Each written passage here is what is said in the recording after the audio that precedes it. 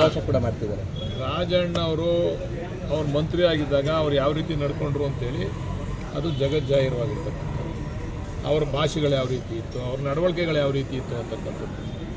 ಈಗ ಮಾತು ಮನೆ ಕೆಡಿಸ್ತು, ತೂತು ಒಲೆ ಕೆಡಿಸ್ತು ಅಂತ ಗಾದೆ ಇಲ್ಲ. ಹಂಗೆ ಅವ್ರ ಮಾತಿನಿಂದ ಅವ್ರು ಕೆಟ್ಟಿರ್ತಕ್ಕಂಥದ್ದೇ ವಿನ ಬೇರೆ ಯಾವ ಷಡ್ಯಂತ್ರನೂ ಇದರಿಂದ ಇಲ್ಲ. ಈಗೇನು ಮಾಡಕ್ಕೆ ಹೊಂಟವ್ರೆ ನನಗೆ ಗೊತ್ತಿರಂಗೆ ಅವ್ರು ಬೇರೆ ಪಕ್ಷಕ್ಕೆ ಹೋಗಿ ಹೊಂಟವ್ರೆ. ರಾಜಣ್ಣ ಅವರೇ ಸರ್, ರಾಜಣ್ಣ BJP ಪಕ್ಷಕ್ಕೆ ಈಗಾಗಲೇ ಅರ್ಜಿ ಹಾಕ್ಕೊಂಡವ್ರೆ, ಹೊರಡಕ್ಕೆ ಹೊಂಟವ್ರೆ. ನಮ್ಮ ಮೇಲೆ ಗೂಬೆ ಕುಂಡಿಸ್ಬೇಕು, ನಮ್ಮ ನಾಯಕರ ಮೇಲೆ ಗೂಬೆ ಕುಂಡಿಸ್ಬೇಕು.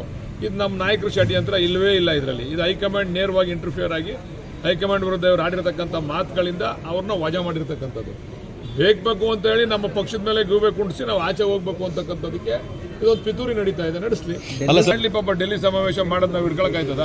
ಯಾರ ಜೊತೆಗೆ ಸರ್ ನೀವು ಅವ್ರನ್ನೇ ಕೇಳಿ. ಅಲ್ಲ ನೀವು ಹಿರಿಯ ಶಾಸಕರು ತಗೊಂಡಿರ್ತೀರಾ ಸರ್? ಮ್ಯಾಪಿಂಗ್ ಮಾಡಿಸಿ ಅವ್ರಿಗೆ ಗೊತ್ತಾಯ್ತು. ರಾಜಣ್ಣ ಅವ್ರಿಗೆ ಸರ್, ರಾಜಣ್ಣ ಅವ್ರಿಗೆ ಅಲ್ಲ ರೀ, ಈಗ ರಾಜಣ್ಣ ಅವ್ರನ್ನ ಸ್ವಾಗತ ಮಾಡ್ತಾ ಇರೋರು ಯಾರು?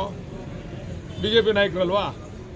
BJP ನಾಯಕರು ರಾಜಣ್ಣ ಅವರು ಒಂದು ಮಾತು ಹೇಳೋರು, ನನಗೆ ಯಾವ ಪಕ್ಷದ ಅವಶ್ಯಕತೆನೂ ಇಲ್ಲ ಅಂತೇಳಿ. ಅಲ್ಲ, ಯಾರ್ದು ಬ್ರೈನ್ ಮ್ಯಾಪಿಂಗ್ ಯಾರ್ದಾಗಬೇಕು ಸರ್? ರಾಜಣ್ಣ ಅವರು ಯಾರ ಜೊತೆ ಸಂಪರ್ಕದಲ್ಲಿ ಅವ್ರೆ ಅಂತ ರಾಜಣ್ಣ ಅವರು ಗೊತ್ತಾಗಬೇಕಾರೆ ಅಂದ್ರೆ ಇನ್ನೊಂದ್ಸರಿ ಹೇಳ್ಬೇಕು. ಅಲ್ಲ ಸರ್, ನೀವು ಕಾನ್ಫಿಡೆಂಟ್ ಆಗಿ ಹೇಳ್ತಾ ಇದ್ದೀರಾ. ಅದಕ್ಕೆ 100 ಭಾಗ ಇನ್ನು ಸ್ವಲ್ಪ ದಿವಸ ಕಾಯ್ದು ನೋಡಿ. ನಮ್ಮ ಸರ್ಕಾರ ಇಲ್ಲದೆ ಹೋಗಿ ಹೊಂಟೋಗ್ಬಿಡೋರು.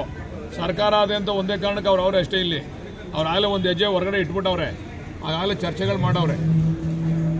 ಯಾರ ಜೊತೆ ಸರ್? ಕೇಂದ್ರ ನಾಯಕರ ಅಥವಾ ಇಲ್ಲಿಯವರ ಸರ್? ಎಲ್ಲರ ಜೊತೆ ಚರ್ಚೆ ಮಾಡವ್ರೆ. ಅವ್ರು ಆಗಲೇ ಬೇರೆ ಬೇರೆ ಜೊತೆ ಬೇರೆ ಪಕ್ಷದ ಸಂಪರ್ಕದಲ್ಲಿ ಇದ್ದಾರೆ ಅವರು. ಸರ್, ಈಗ 2 ಸ್ಥಾನ